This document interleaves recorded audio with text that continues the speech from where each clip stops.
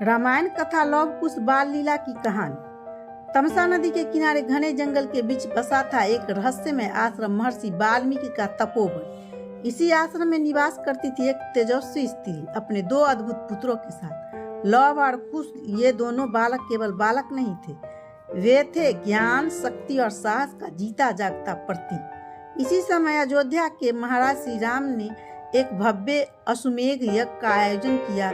यज्ञ का घोड़ा देश देशांतरों की यात्रा पर निकला, लेकिन जब वह वाल्मीकि के आश्रम में पहुंचा, लौह और कुश ने उसे रोक लिया और उन्होंने अयोध्या की सेना को ललकारा। एक एक कर वीर योद्धा युद्ध भूमि में उतरे, हनुमान, भरत, शत्रुघ्न और यहाँ तक कि लक्ष्मण भी, लेकिन कोई भी लौह कुश की अतुलनीय वीरता के आगे टिक न सका। अयोध्या में चिंता और जिज्ञासा बढ़ने लगी। आखिर ये रहस्य में योद्धा कौन है?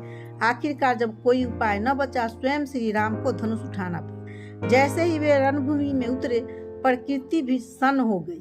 लौह और कुश पूरी शक्ति से भिड़े, पर सामने थी स्वयं श्री राम की दिव्य शक्तियां। ठीक तभी महर्षि वाल्मीकि ने रहस्य में का पर्दा हटाया। उन्होंने घोषणा की, ये दोनों बालक और कोई नहीं, श्री राम के अपने पुत्र हैं। सन्नाटा छा गया, पूरा यज्ञ स्थल स्तंभ रह गया। लेकिन यह कहानी यही खत्म नहीं होती है। जब श्री राम ने माता सीता को अयोध्या लौटने का आग्रह किया, तो सीता ने अपने सम्मान को प्राथमिकता दी। उन्होंने पृथ्वी माता का आवाहन किया और भूमि में समा गई, एक ऐसा रहस्य में छोड़कर जो आज भी अनसुलझा है।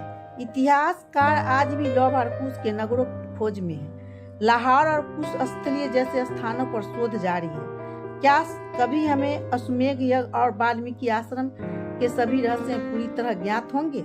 जीवन रहस्यमय से भरा है। हर मोड़ पर एक नई सीख, हर रहस्य के पीछे छुपा होता है आत्मसम्मान, साहस और सच्चाई की गूंज, और अंत में एक सवाल छोड़ जाता है, क्या हम कभी संपूर्ण सत्य को जान पाएंगे?